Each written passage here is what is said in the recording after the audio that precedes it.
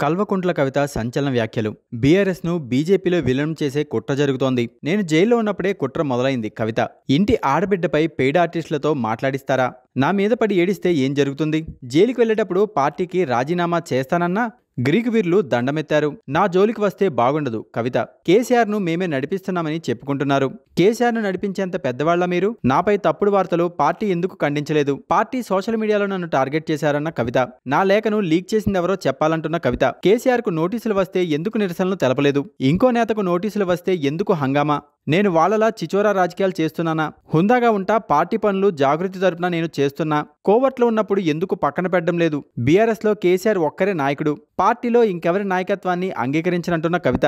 Congress party ఓ మునిగిపోయే నావ. కాంగ్రెస్తో రాయబారాలు జరిపే అవసరం నాకు లేదంటున్న కవిత. నాకు కేసీఆర్కు మధ్య దూరం పెంచే కుట్ర జరుగుతోంది. నన్ను దూరం చేస్తే ఎవరికి లాభమో అందరికీ తెలుసు. కావాలనే నన్ను ఎంపీ ఎన్నికల్లో ఓడించారు.